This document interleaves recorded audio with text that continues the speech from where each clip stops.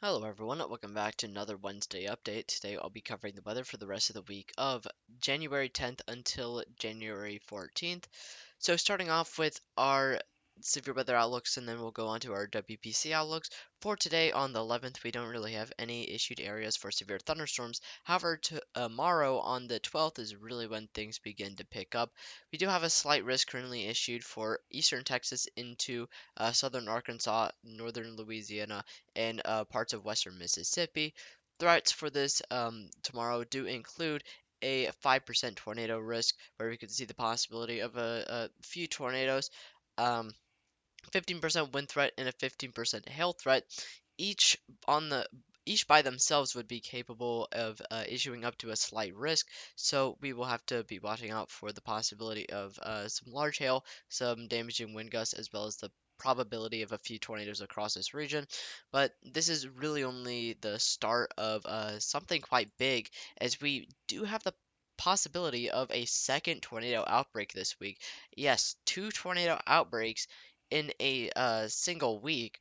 We did have one earlier this week, but we do have a day three an enhanced risk for the southeast into some of the Atlantic Basin from North Carolina, South Carolina, Georgia into the southeastern Alabama with a probabilistic 30% with the hash area for some significant storms. But for our day 4 today 8 outlook, we currently don't have anything issued. Taking a look at our excessive rainfall outlooks, for today we don't really have anything issued as far as flash flooding. However, for tomorrow we do have a marginal threat extending from Arkansas into Indiana. For day 3, we are going to see that threat for flash flooding be pushed up across the Atlantic seaboard, anywhere from southern New Hampshire into northern Georgia, as we do have a slight risk for Massachusetts into Maryland, as well as a marginal threat for some of the more coastal regions of Northwest, as well as a second marginal threat that is going to extend from Arkansas into parts of western Ohio. For day 4 outlook, we do have a marginal threat extending from southern Maine into Massachusetts and Rhode Island, as well as another marginal threat for some of the northwest coast, extending from north of the San Francisco Bay to the southwestern Oregon along the coast there. And then for a day 5 outlook, currently nothing is issued as far as flash flooding. Something I do want to know about both the severe thunderstorm outlook, the excessive rainfall outlook, as well as the winter weather outlook that we're about to take a look at is these outlooks are subject to change over time. So what you are currently seeing now isn't entirely set in stone are subject to change by the time they do roll around. So taking a look at our winter weather outlooks, for today, we are expected to see quite a bit of heavy snow across some parts of the Rockies. However, nothing really too significant for today. However, things are really going to begin to ramp up tomorrow, as we do have quite a big area for quite a bit of heavy snow across the Central Plains into the Midwest, as well as quite a bit of heavy snow for the Rockies there. This is going to be the start of a second significant winter storm that we are going to see blow from the Central Plains into the Midwest, as well as into the New England corridor starting tomorrow. Again, this is going to bring some significant impact and is going to make roads quite hazardous to travel across, and it's really only recommended that you travel across them if absolutely necessary. Um, and if you do have to travel across them, definitely make sure you are taking the necessary precautions and staying alert on the road. As even if you are staying alert on the road and you know what's going on, other drivers on the road may not. So you do have to take into account that. But again, we could see a ton of snowfall come from this, and I will go over this. But we could also see some significant impacts for traveling. And then that is going to continue into day 3. On the 13th. Again, this is going to start on this is going to start mostly on the 12th and extend into the 14th. Um, Continuing to day 3 on the 13th, we are going to see that continue into the Midwest, as well as some of the northern New England corridor, as well as maybe some parts of the northern Ohio River Valley. And we are also expected to see quite a bit of heavy snow for some of the Rockies there. And then for day 4 to day 7, we aren't really expected to see anything too crazy, but we may be able to see a third minor winter storm going into next week. And then we can also take a look at the frontal systems that we are expected to see move through the area. We are expected to see a significant Arctic blast out of the north. This is going to be leading to very, very dangerous cold and extremely frigid temperatures across the United States. And I will be going over this in detail later on in the forecast. But we are going to continue to see that push into the Central Plains and basically a very large portion of the United States from the Central Plains, Southern Central Plains, even pushing down to the southeast and New England corridor. Um, but the main thing we're going to be watching out for is going to be this trough here. And as that trough moves eastward, that is going to develop a cold front and a classic warm sector setup. And that cold front is going to swing into the southeast. And that surface low is also going to cause a lot of warm air advection out of the south. And allow that to fuel the severe thunderstorms that may be possible with this cold front. And again, this is going to be the system that is going to be associated with the possible tornado outbreak later on this week around Friday. And then that system is going to move off into the Atlantic Ocean. Moving on to our weather models on Radar Omega, starting off with our jet stream pattern. I'm going to be primarily covering the threat for significant severe thunderstorms and that tornado outbreak that may be possible in the southeast for this section of the forecast. If you are curious about anything that isn't the tornado outbreak or like the significant cold that may be coming to the United States, or the blizzard that may impact the Central Plains into the Midwest again. I will have timestamps in the description, as well as along the timeline bar, that red bar that goes across the bottom of your screen of the YouTube video. There will be sections of that you can click on for specific parts of the video if you are curious about more specific things outside of this tornado outbreak. But starting off the jet stream pattern. It is going to be quite vigorous. We are expected to see a quite vigorous and quite a potent setup as far as the jet stream pattern, especially at 500 millibars. We are expected to see a pretty strong trough move across the Central Plains with very, very strong shortwave embedded in the flow here, as well as a strong 500 millibar jet streak. And as that 500 millibar jet streak rounds the base of the trough and moves into the southeast, that is going to make the trough take on a little bit more of a negative tilt as that 500 millibar jet streak increases and that shortwave trough rounds the base. We are expected to see this 500 millibar jet streak get upwards of 100 to 120, 130 miles per hour, which is quite strong. In fact, the geometry of this trough is going to lead to some problems as we aren't really seeing that very meridional flow of that trough. We are seeing it a little bit more zonal and a little bit more flat per se, which is going to lead to overall a little bit more of a discrete setup for the storms that we are expected to see in the southeast, which isn't a good thing for severe thunderstorms. It does mean that some storms may be able to develop ahead of the triggering system, may that be the cold front or the dry line, and allow the storms to use up what's in the warm sector to potentially become quite strong because they don't have to rely on the cold front for initiation. Um, and we are expected to see a ton of directional shear come out of this, not only influenced by the 500 millibar jet streak, but also the low level jet and the 200 millibars, which I will show you. But again, this is looking like a quite potent setup, especially at 200 millibars. Um, again, the possibility for discrete supercells could potentially be a quite scary factor with this. As for the winter storm that we are expected to see, this is expected to be the leading cause of that as well, as we are expected to see northward advection of that trough push up into the Central Plains and into the Midwest as that low pressure system pushes eastward. So will the blizzard and significant winter storm. And with the sheer strength of this trough, we are expected to see quite a bit of snow fall across the Central Plains and into the Midwest.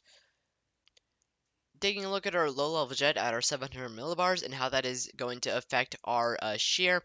Our low-level jet is expected to be quite strong as it advencts into the southeast. As that 500 millibar jet streak around the base and this trough becomes negatively tilted, that will lead to the significant increase in the strength of the low-level jet. As that feeds into the southeast, that should increase low-level shear, as well as overall increase the potential for storms based on its strength.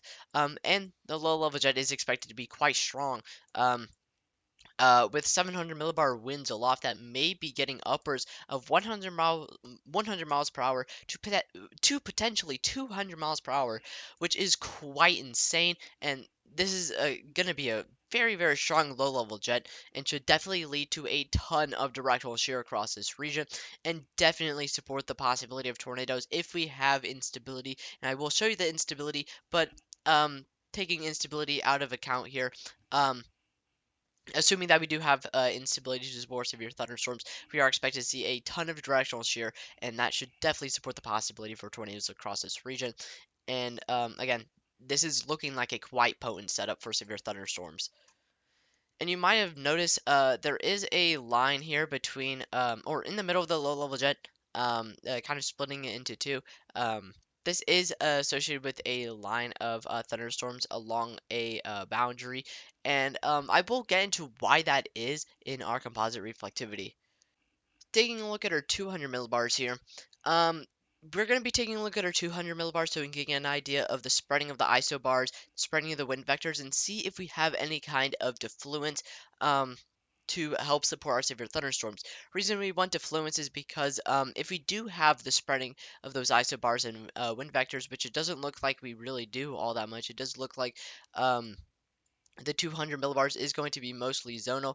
We don't really see all that much spreading of the wind vectors.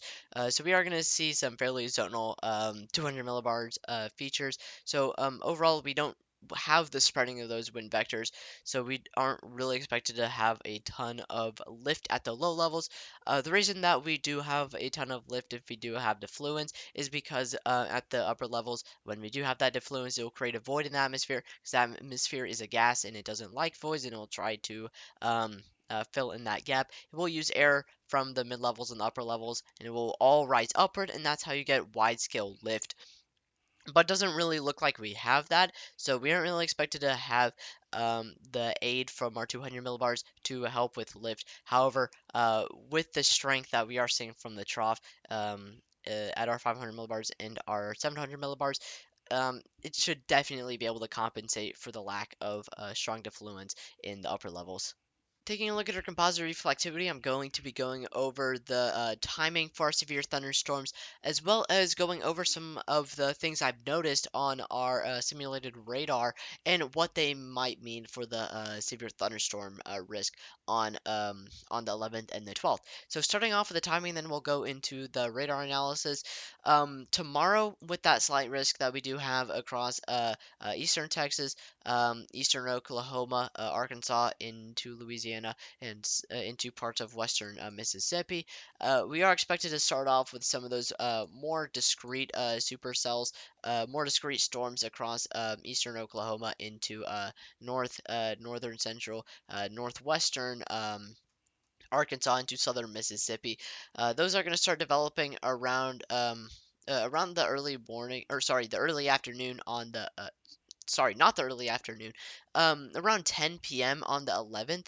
Um, and then we are expected to see those kind of organize into kind of a cluster, pushing into northern Arkansas and northern Missouri around the very early morning of the 12th.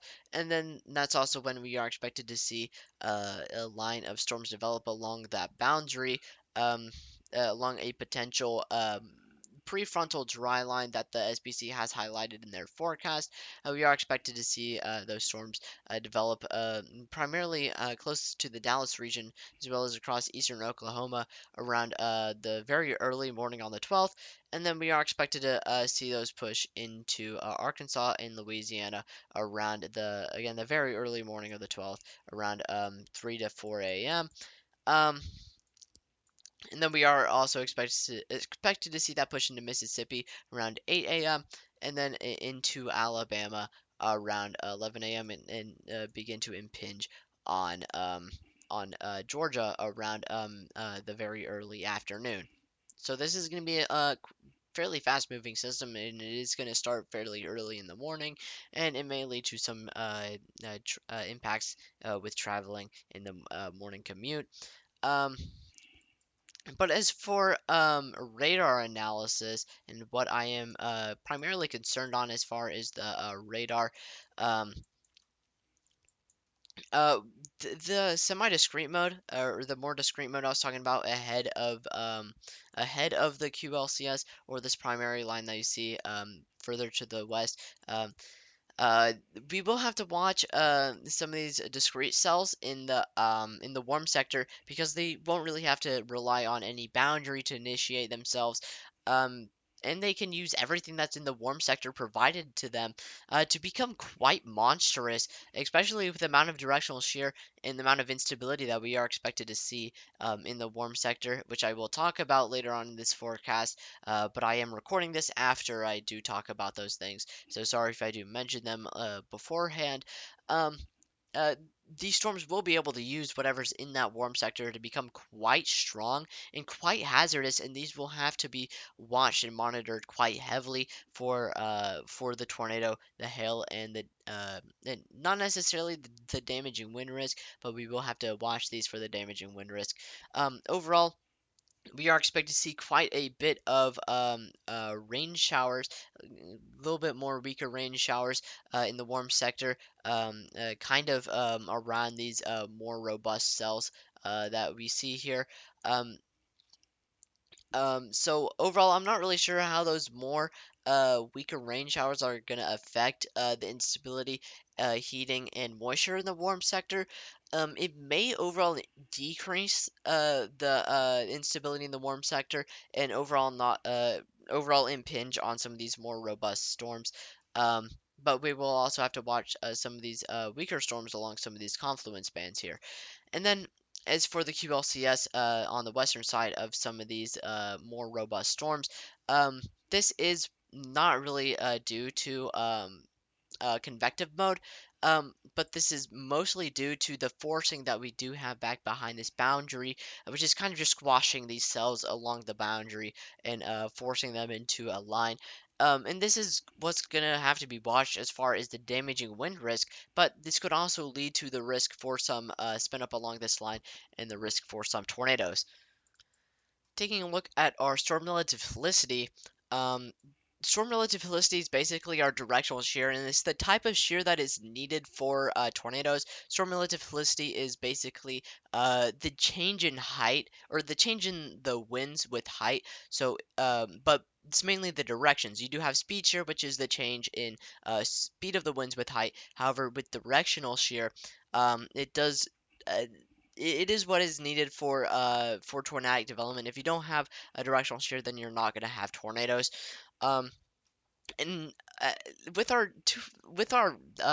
storm relative felicity models here, I'm actually quite surprised. This is a ton of directional shear, um, which is kind of expected from that system that we were seeing on our upper air maps. However, this is a ton of directional shear. Um, Again, taking instability out of the picture, assuming that we do have a strong instability to support storm development, if this is a ton of directional shear, and should definitely support the possibility of tornadoes, and quite strong tornadoes too could be possible with the amount of directional shear that we're seeing. Again, this is an insane amount of shear, and again, should 100% definitely support the possibility of tornadoes, assuming that we do have instability. Taking a look at our bulk shear, you can see that we are expected to see quite a bit of bulk shear here, feeding into the area of concern. We are expected to see anywhere from 90 knots to 70 knots of bulk shear, which is quite strong and should definitely elongate photographs quite a bit, and should lead to the possibility of some hail across this region. However, hail should probably be a little bit more of a secondary risk, especially with what has been highlighted so far with the possibility of tornadoes. And damaging wind gusts, which could be quite strong, which I will get into later. Hail is a possibility, and it could be large, but it is probably going to be a little bit more of a secondary risk, but it is still going to be a risk for the storms that we should see on Friday.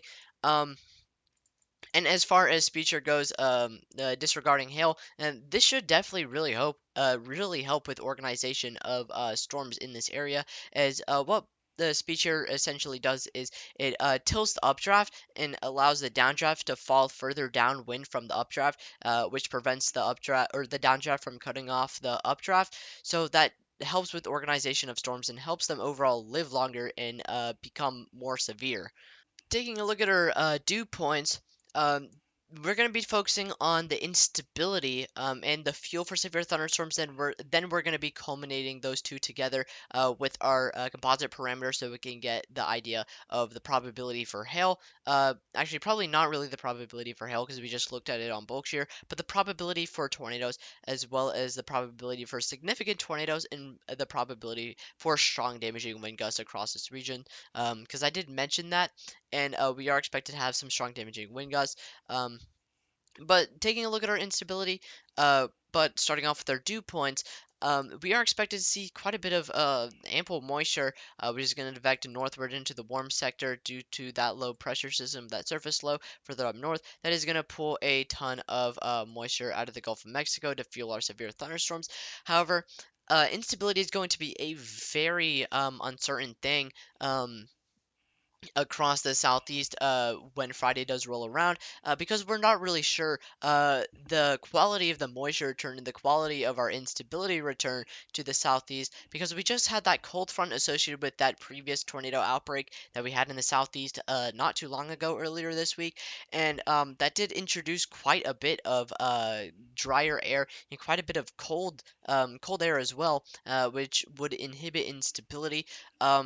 So we're overall not sure the quality of moisture and instability return behind that cold front, but with what models have been indicating so far, which we will have to watch for the trends in these models, and if it does stay this way, is we are expecting to see some fairly decent moisture across the southeast, with dew points that could probably be reaching the mid 60s, and as that cold front pushes eastward and the warm front pushes more to the north and that warm sector broadens, we could see even more moisture pulled out of the Gulf of Mexico with dew points that could be reaching those upper 60s and getting very close to those 70s.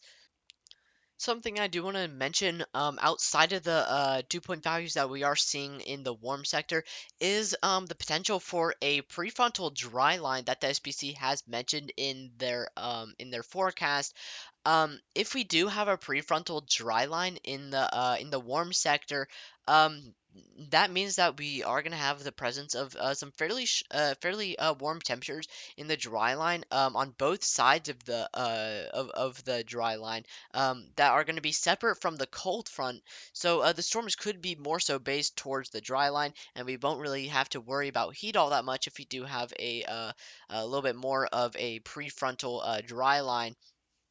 Um, but with this prefrontal dry line and the mention of the discrete mode ahead of that dry line and cold front, um, that may be negated by the dry line in the amount of forcing that we have behind this dry line because of the significantly strong cold front that we are expected to see come out of the north. That is going to put extreme cold air advection and extreme forcing on the backside of that dry line and the backside of that cold front, which is going to really push on the backside of that cold front and potentially the turn into more of a QLCS along that boundary instead of more of a discrete mode. But we could also see a little bit more of a broken line of storms along that boundary. But again, we do have the potential for a QLCS back behind those more discrete storms. Taking a look at our temperatures, temperatures do play a huge role in stability because you do need ample heat. You can't have these cold temperatures that are going to be in the 40s and the 50s to have ample instability to support severe thunderstorms. You need anything that's 60 or above, but still, even 60 is quite concerning as far as strong instability. Um, we are expected to see some fairly decent, but overall not the best heating across the warm sector. We are expected to see temperatures that are probably going to be ranging anywhere from the mid 60s, but probably and possibly getting close to the upper 60s and even into the low 70s in the warm sector, which is definitely going to help with instability and should lead to some fairly strong Cape values across this region. Um, Overall, temperatures are going to be in the 60s and 70s. Aren't really the best. They are fairly average, but they should definitely provide us with some ample instability across this region. Quickly hopping back over to pivotal weather so we can see where our heat and moisture is coming from. We're going to be taking a look at our temperature advection at our 850 millibars. Um, so following our isobars and everything that's in red here, you can see a lot of the isobars are coming out of the Gulf of Mexico, and that's where we are expected to see the majority of our heat and moisture coming from. And due to this being in the southeast, we could see constant replenishment of that instability, heat, and moisture into the warm sector because we are expected to see constant warm flow out of the Gulf of Mexico, which could keep instability fully supplied and help regenerate whatever is lost in the warm sector due to the amount of strong warm advection out of the Gulf of Mexico we are expected to see on Friday. We can also take a look at our lapse rates. I am going to take a look at lapse rates because it can help with instability, but can also help with overall the robustity of updrafts as well as the overall organization of storms. It can help with storm organization. Overall, we are expected to have some lapse rates. They aren't really going to be the best, but they are there, so it is something. Overall, they aren't really the best. So overall, I'm not really sure how that's going to affect our organization of storms. However, our bulk share should be able to compensate for that. Um, um, Again, I'm not really sure how these fairly moderate to weak end lapse rates are going to affect our storms. But again, it is something. It is good that we don't have no lapse rates. Um, because that would probably severely inhibit storms across this region. So it is good that we do have some lapse rates across this region, and it could potentially help with our instability. Taking a look at our convective inhibition, I'm going to go over convective inhibition because overall it can inhibit storms, but it can also help with storms and overall help with the building of instability in the warm sector and overall the explosiveness of storms. And it does look like we are expected to have some weak cap in the warm sector. To be honest, I'm not really sure if -6 to -1 is considered strong or weak to be in the warm sector and how that's going to affect our storms. However, um, the presence of a cap is um, is something to note because when that cap is broken by rising air, by the time it is eroded, it can allow the energy to be released violently in strong storms. So if you don't have a cap, then all that air is just going to constantly rise high up in the atmosphere, and you won't have anything to prevent it. So think of it as a a leaf blower that's constantly blowing air up or out, and there's nothing really to prevent it. Of course, you do have the rising motion of that air. However, if you were to put something in front of it and you were hypothetically building pressure in the leaf blower, I know that this isn't really a good example, but say you're building the pressure in the leaf blower, but then um, suddenly that pressure gets too high, and whatever you're putting in front of the end of the leaf blower breaks. All that pressure inside of the leaf blower is going to be released pretty violently as it all tries to escape. So that's basically what a cap does to the environment, and it again does help with instability. But again, I'm not really too sure if -5 to -1, -6 is really that strong of a cap and really is going to affect anything and prevent warm air from rising into the atmosphere and how that is overall going to affect the explosiveness of storms. I do know that some people on Twitter were mentioning the presence of an elevated mixed layer in this warm sector. Um, The elevated mix layer may help, may act the same as a cap, and it may prevent the rising of air higher up in the atmosphere. And by the time that elevator mix layer um, is eroded away, it will help with the explosiveness of storms. But overall, I'm still working with the elevated mix layer. I'm still figuring out elevated mix layer. So overall, I'm not really too sure about the elevated mix layer. So do take what I'm saying about the elevated mix layer with a grain of salt. Taking a look at our instability finally, now that we've gone over everything that is going to contribute to our instability, we are expected to see fairly ample instability across this region. Overall, it does look fairly more on the lower end and may inhibit our storms a little bit, but overall, it does look fairly decent and should definitely be able to fuel the threat for severe thunderstorms, especially by the time that low-level jet in 500 millibar jet streak increases and the warm air advection out of the Gulf of Mexico increases as a result. We are expected to see the increase of instability in the warm sector, as well as with that warm front. As that warm front pushes more towards the north and broadens the warm sector, we should see the overall increase in instability across this warm sector, and should help with the possibility of severe thunderstorms as that cold front pushes eastward. Um, so overall, our instability is fairly decent and should definitely be able to fuel the threat for severe thunderstorms across this region, as well as our different threats. We should definitely see the probability of some hail across this region, as well as the probability of some damaging wind gusts, some of which could be strong, and most importantly, the probability of tornadoes across this region, especially with the crazy amount of shear that we have across this region.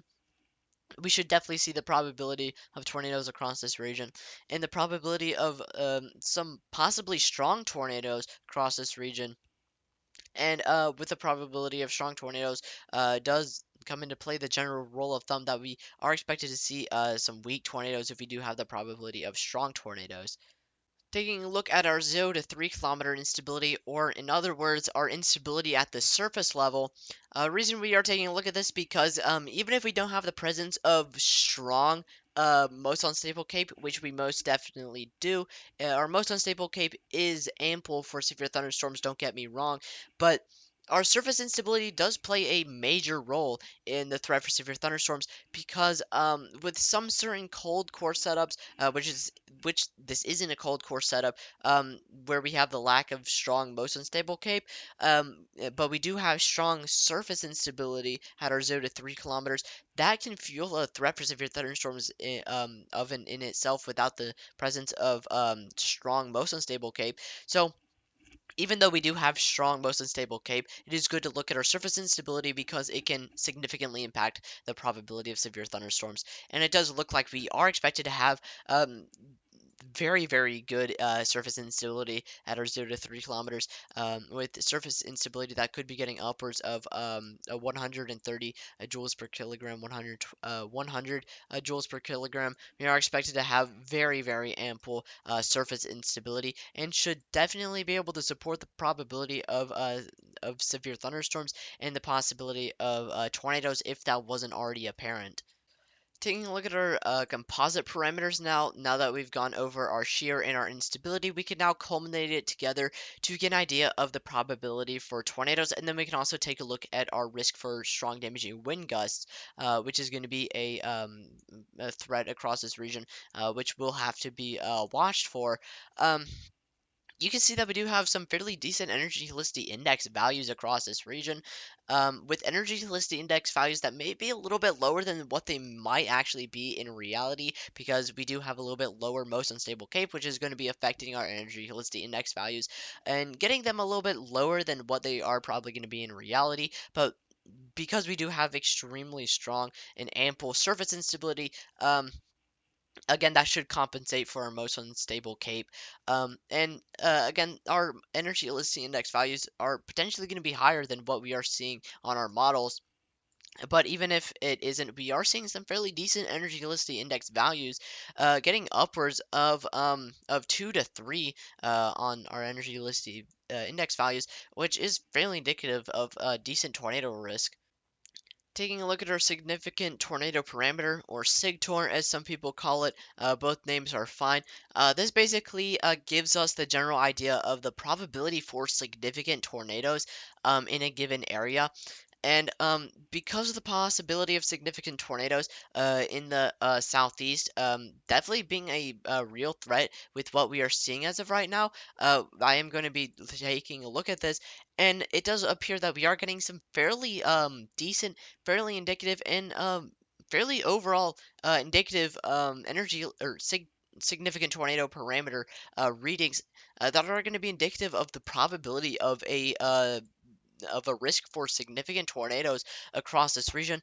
And again, um, with the lack of strong, most unstable cape, a lack of strong and ample, most unstable cape, but the presence of strong surface instability, our significant tornado parameter may not be taking that into account. So these may be a little bit higher than what we're seeing on models may be a little bit lower than what we may see in reality. In reality, they may be a little bit higher, but we will have to wait to see that if that is true or not. But again, regardless, it does appear that we are having some fairly indicative and fairly decent significant tornado parameter signatures that would be indicative of a risk for strong tornadoes on Friday.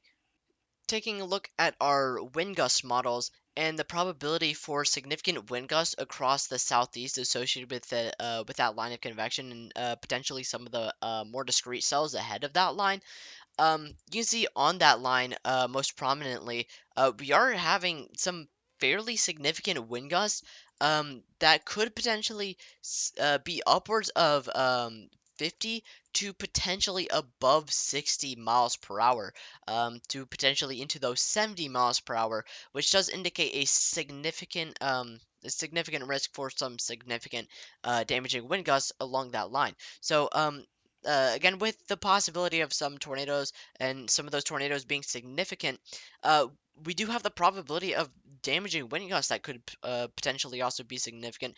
So it is important that we don't completely negate the risk for significant damaging wind gusts, because you may not be impacted by some of the more tornadic storms, but you could also be impacted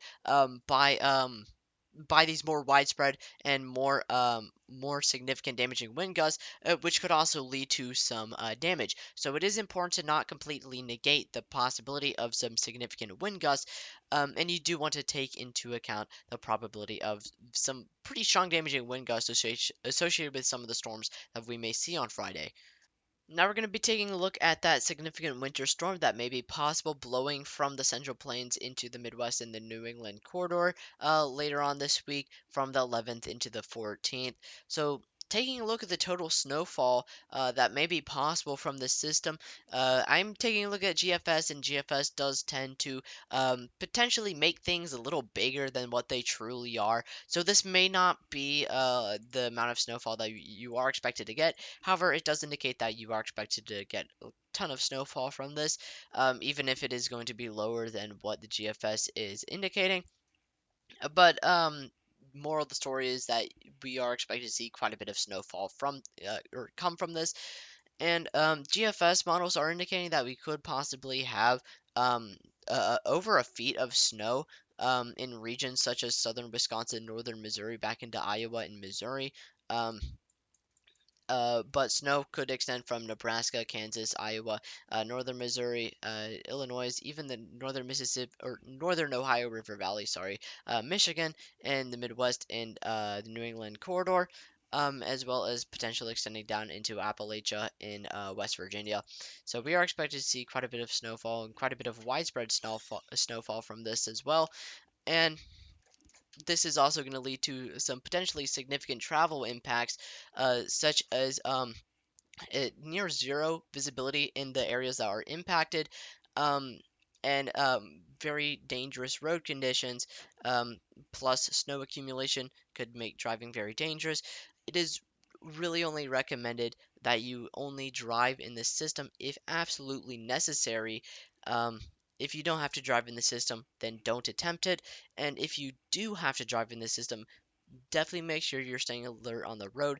Even if you are staying alert on the road, it is important to be taking extra caution because you don't know if other drivers on the road are staying alert. So that's why it's so important to stay alert on the road if you do have to drive through this. And again, I don't recommend driving through this at all. Taking a look at composite reflectivity again, I'm going to be going over the when and where you should be able to see this significant winter storm, when it is expected to develop and when it is expected to move out of the United States. So on the 11th, we're going to do this day by day. On the 11th, we are expected to see it begin developing around Nebraska, Kansas, Iowa, Missouri, and potentially into southern South Dakota around the 11th. And that is going to push into the Midwest and exit the Central Plains, pushing into Iowa, Missouri, Illinois, and Wisconsin, as well as southern Minnesota around the 12th. On the 13th, we are expected to see quite a bit of snowfall lingering back towards some portions of the Midwest, as well as into some of the northern regions of the Ohio River Valley, with some snowfall for the main peninsula of Michigan, as well as potentially back into Wisconsin, as well as the upper peninsula of Michigan.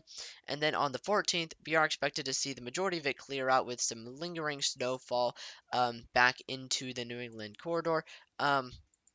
As well as the potential for possibly some lake effect snow. As you can see, quite a bit of snowfall coming off of some of these Great Lakes. So we will have to watch for Great Lake effect snow, or lake effect snow, which I previously wasn't aware of when making this video. So that did catch my attention. So we will have to watch for some of that lake effect snow moving into early next week. But we should see some lingering snowstorms back across the New England corridor and maybe potentially the Northern Ohio River Valley on the 13th and 14th, as well as that lake effect snow.